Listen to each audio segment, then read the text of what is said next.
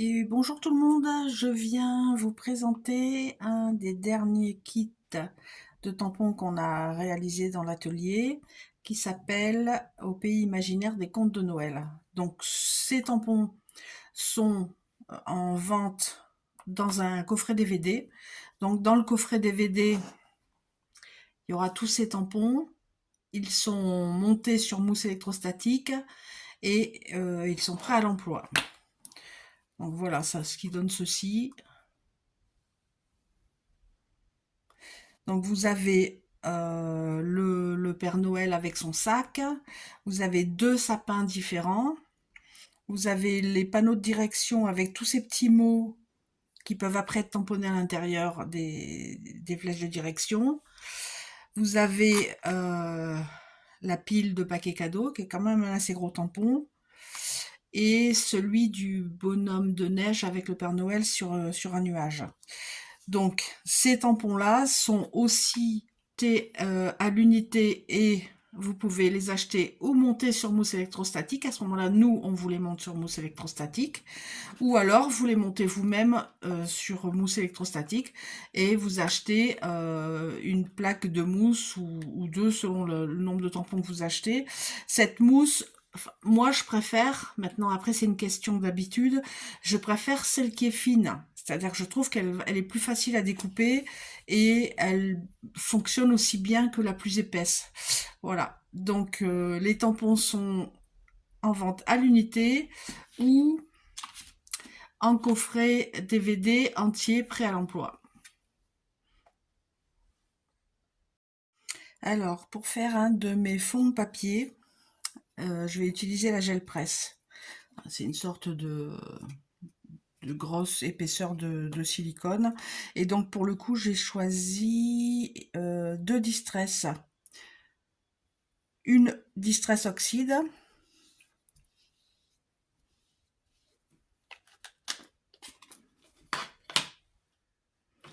et une Distress normale.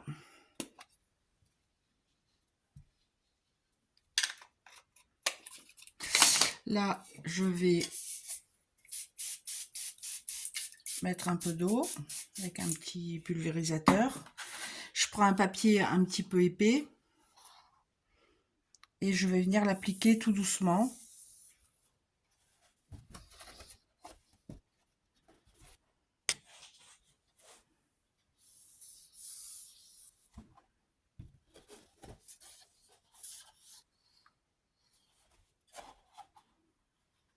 Alors plus on va appuyer, plus ça va faire des couleurs vraiment très très soutenues, très profondes.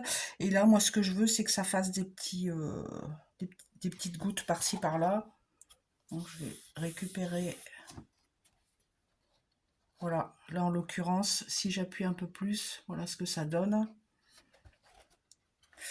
Et là, alors maintenant que c'est sec, je vais faire mon fond avec la pâte craquelée, avec ce dies ici, avec les branchages de givre. Ce que j'ai oublié de dire tout à l'heure, c'est qu'en fait, le papier a une importance quand on fait ses fonds soi-même avec les encres. Là, en l'occurrence, c'est un papier assez épais, un papier aquarelle. Plus votre papier sera fin, plus ou moins il boira la couleur de façon différente.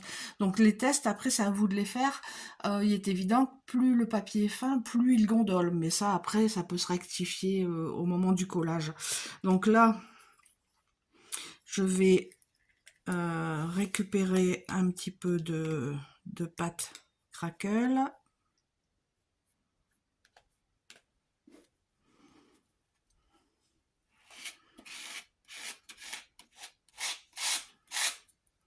Toujours avec une carte de récupération de commerce.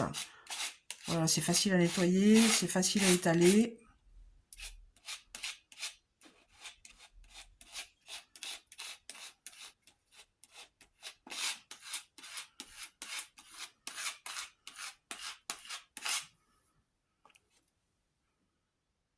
Là, tout ce qui est pâtes comme ça, là, les pâtes craquelés, craquels, les gesso et tout ça. Si vous souhaitez prolonger la durée de vie de ces pots, moi, une fois que j'ai terminé, je nettoie le bord, je referme le couvercle et je stocke tous mes pots à l'envers. Comme ça évite que l'air passe. Un peu comme ce qu'on fait aussi quand on a utilisé un pot de peinture qu'on n'a pas terminé. Ça évite que l'air rentre et que une couche se forme et qu'après vous puissiez plus utiliser vos gessos et vos pâtes crackle et compagnie, quoi. Alors ici, c'est un tac que j'avais commencé à préparer. Du coup, j'ai dans le fond de papier que je viens de faire, avec le dies, j'ai fait ce morceau-là.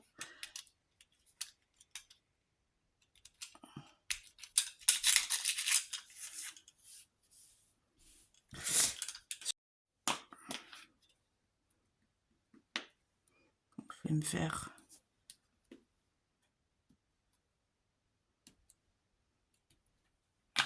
comme ceci. Ensuite,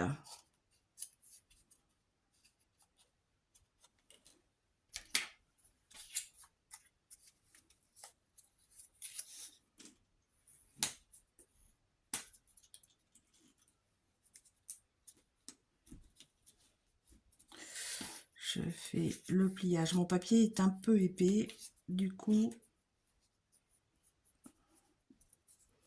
c'est pas tout simple, mais on va y arriver.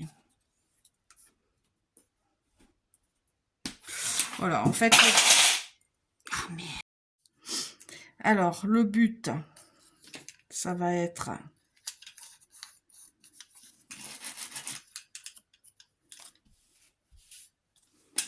de venir le coller comme ceci.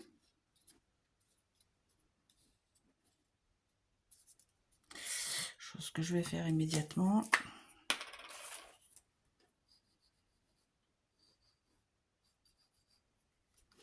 Faire en sorte, faire comme si le lutin sortait du tag.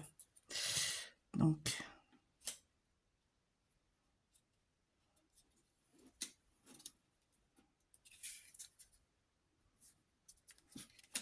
voilà, le temps que ça prenne, je vais coller le petit œillet.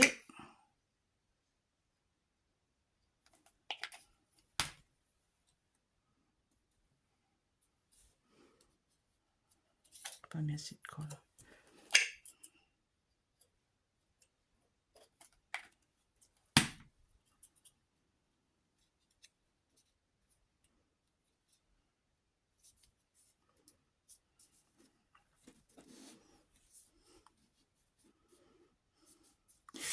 Ici, je vais venir coller mon petit nuage que j'ai découpé tout à l'heure.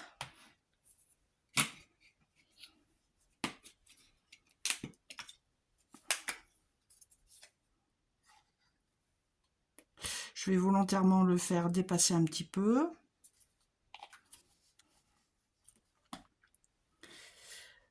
Je vais mettre, alors ça a dû prendre, je vais coller la petite étiquette que j'ai préparée, Esprit Noël.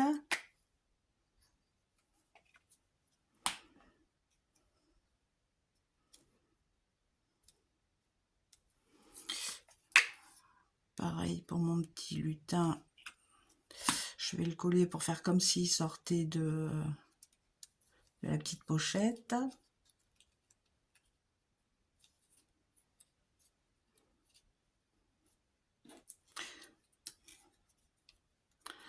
Du coup, j'ai pas mis assez de colle, hein.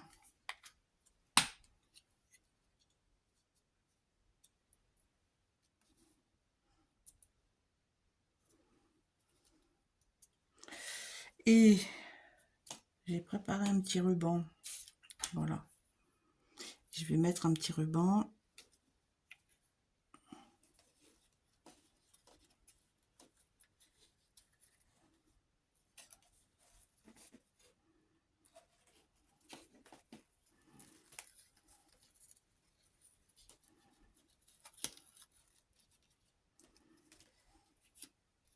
Et volontairement, en fait, je vais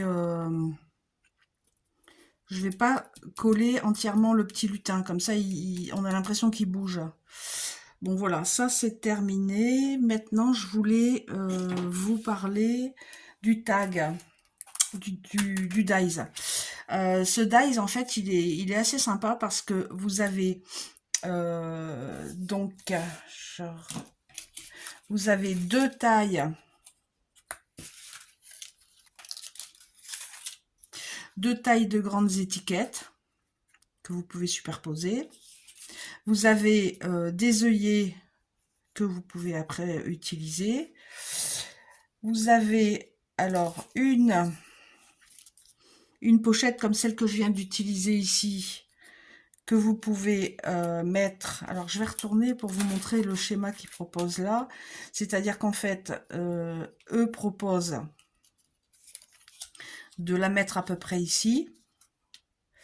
De mettre, donc ici j'ai collé, hein, je vous ai fait du noir et blanc pour que ce soit plus facile à comprendre. Ici, voilà, ça donne ceci.